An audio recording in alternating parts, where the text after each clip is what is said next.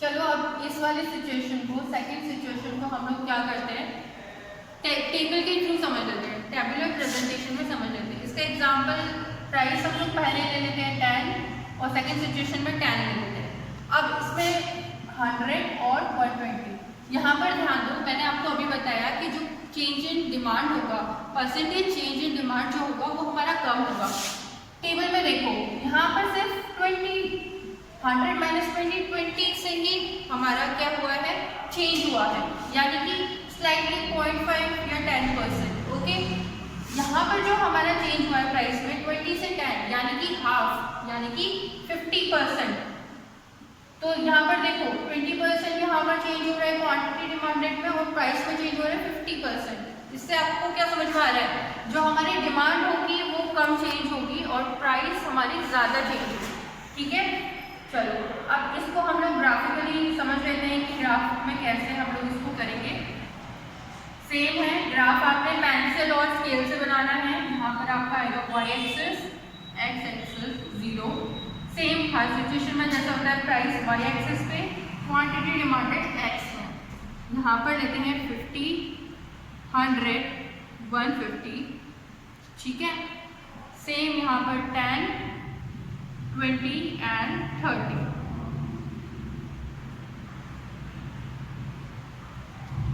यहाँ तक क्लियर है। चलो अब फर्स्ट और सेकंड सिचुएशन को हम लोग रिप्रेजेंट करते हैं। पहले सिचुएशन में जब हमारी प्राइस 20 है तो क्वांटिटी डिमांडेड हमारा 100 है। इसको रिप्रेजेंट करते हैं, price 20, quantity demanded 100।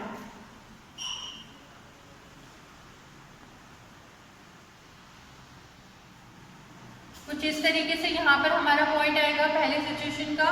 Second situation में प्राइस हमारी 10 है तो क्वांटिटी डिमांडेड हमारा 120 है, यानी कि यहाँ पर ध्यान दो, प्राइस हमारी 10 है, क्वांटिटी डिमांडेड हमारा यहाँ पर 150 और 100 के बीच में आएगा, यानी कि यहाँ पर आएगा।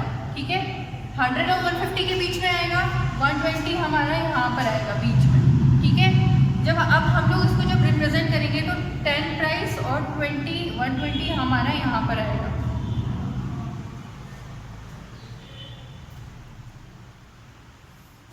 जो सेकंड पॉइंट है हमारा वो यहाँ पर आएगा 100 और 150 के बीच में। अब देखो यहाँ पर ध्यान दो, जो हमारा कर्व बनेगा, डिमांड कर्व जो बनेगा हमारा, वो कुछ इस तरीके से बनेगा, थोड़ा कम फ्लैट है। ठीक है, थोड़ा नहीं, बहुत कम फ्लैट है।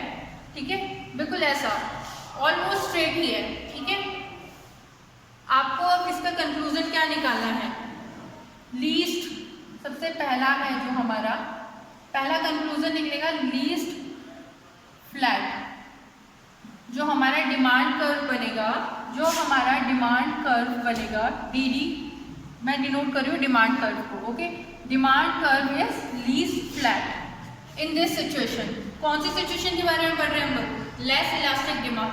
सेकेंड सिचुएशन पढ़ रहे हैं लेस इलास्टिक डिमांड। ओके, यहाँ तक सबको क्लियर हो गया होगा आई थिंक। ठीक है, नहीं हुआ होगा तो दोबारा से रिज्यूम कर लीजिएगा। थर्ड अब सिचुएशन करते हैं हम लोग, जहाँ पर हमारी इलास्टिसिटी, जो इलास्टिसिटी ऑफ डिमांड है वो है इक्वल्स टू 1। 1 से क्या समझते हैं आप, यूनिटरी। 1 हमारा होगा यूनिटरी। यूनिटरी से ही समझ में आ जाएगा आपको, मतलब होता है यूनिटरी का 1।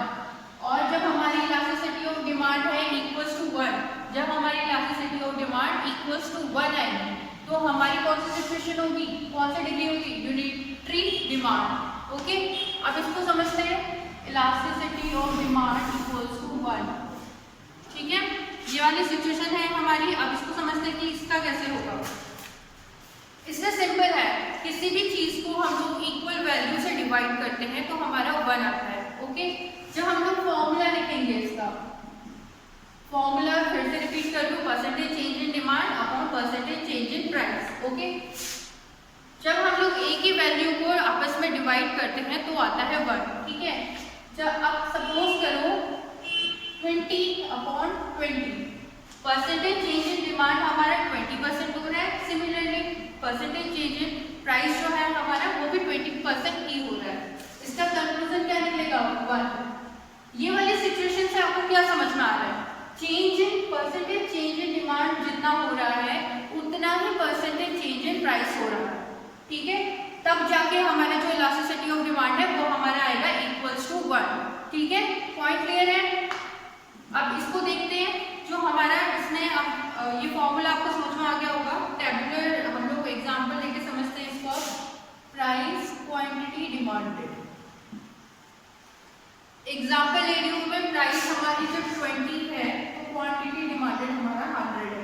ठीक है, सिमिलरली जब हमारी प्राइस 10 है तो हमारा क्वांटिटी डिमांडेड में 200 ले रही है। ठीक है, जब प्राइस में डबल का चेंजेस हो रहा है, 20 से 10 हाफ हो रहा है, उतना ही क्वांटिटी डिमांडेड में चेंज हो रहा है, यानी कि 100 से 200 यानी कि हाफ, 50% यहाँ 50% यहाँ पर। ग्राफ से समझते हैं इस सिचुएशन को।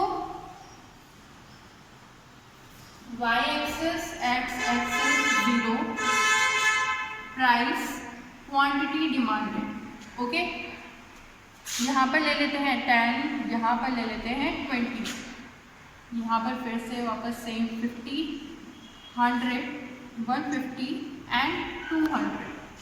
ठीक है, पहले सिचुएशन को देखते हैं। 20 एंड 100 क्वांटिटी डिमांडेड, 20 और 100 यहाँ पर आ रहा है हमारा, यानी कि यहाँ पर कनेक्ट होगा।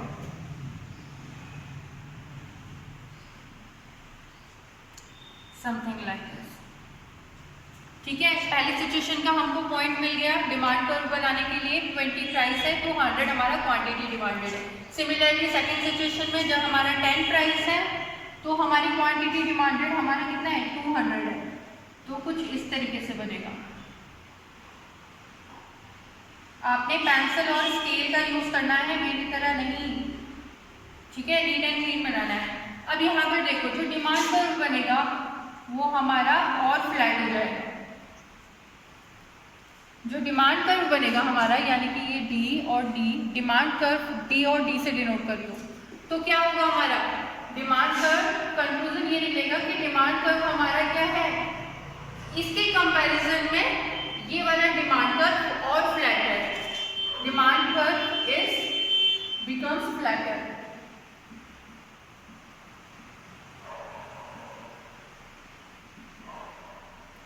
ठीक है, ये वाली जो सिचुएशन, सेकंड सिचुएशन जो पढ़ी हम लोगों ने, इसमें हमारा डिमांड कर्व कुछ इस तरीके से बन रहा है जो कि लीस्ट फ्लैट है।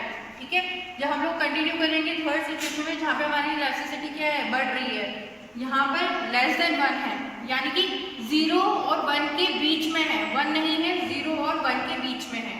ठीक है, यहाँ पर हमारी जो है वो है हमारी इक्वल्स टू 1, 0 से 1 के बीच में जो है वो है हमारी फर्स्ट वाली सिचुएशन, लीस्ट इलास्टिक डिमांड। इसके बाद थर्ड वाली सिचुएशन जिसमें हमारी इलास्टिसिटी ऑफ डिमांड जितनी होगी वो होगी कितनी, 1 होगी। ठीक है, यानी कि इलास्टिसिटी ऑफ डिमांड हमारी इंक्रीज कर रही है। तो क्या हो रहा है, जैसे जैसे इलास्टिसिटी ऑफ डिमांड हमारी इंक्रीज कर रही है, डिमांड कर्व जो है हमारा यहाँ पर ऐसा है और ज्यादा फ्लैट हो गया। ठीक है, इतना समझ में आ गया होगा। फोर्थ सिचुएशन देखते हैं हम लोग। यहाँ पर ये वाली, ये कवर हो गया हमारा elasticity of demand greater than 1, यानी कि इसका मतलब क्या है, इलास्टिसिटी ऑफ डिमांड क्या है, greater than 1। Highly elastic demand, highly elastic demand. ठीक है, अब इस सिचुएशन को देखते हैं। सर पॉज करके फिर नेक्स्ट